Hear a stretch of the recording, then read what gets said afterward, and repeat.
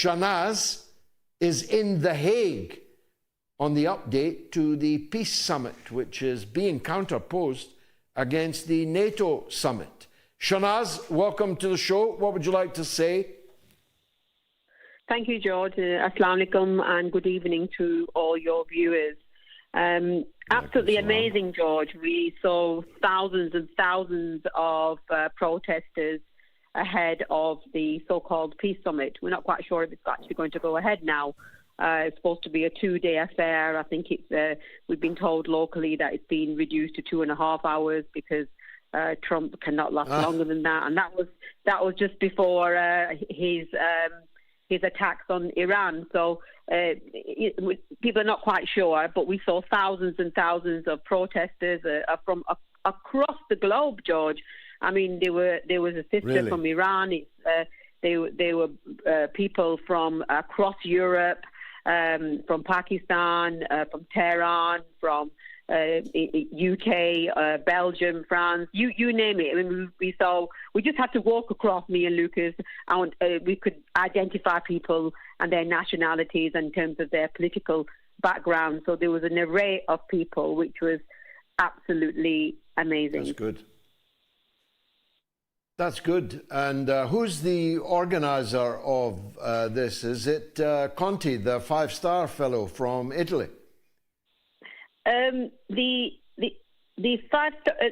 you mean? The actual today? The actual anti? Yeah, the march that I saw pictures of it today. Was he at the front of that? I didn't see him. There was a number of organisations. We were trying to get to the bottom actually who's behind it, but we believe that it was a group of people that actually put the rally together. So it was good to see. So you're going ahead, whether the NATO summit lasts for 2.5 hours or 2 days, you're going ahead with all your activities for peace, right? Yes, absolutely. We're going ahead. We're speaking to the local activists, we're speaking to the commentators and the journalists. One thing that interesting that came across was the fact that we asked several people the question, does it actually make a difference? I mean, of course, we had the massive, the Palestinian march in London today.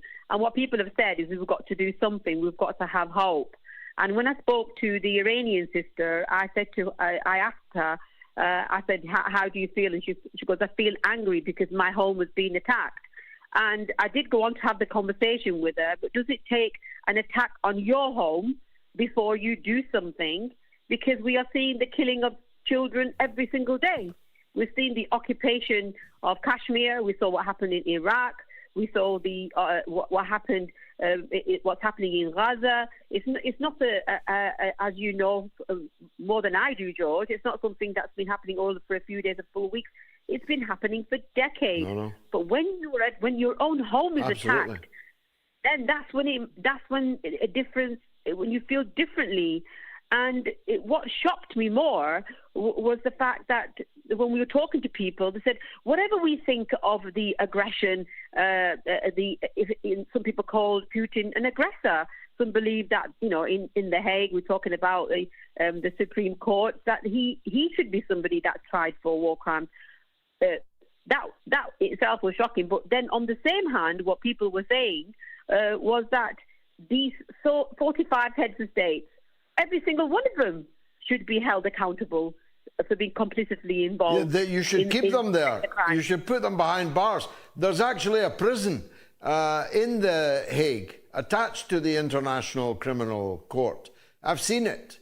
I don't know if it would hold them all, but you could get the worst offenders definitely behind bars.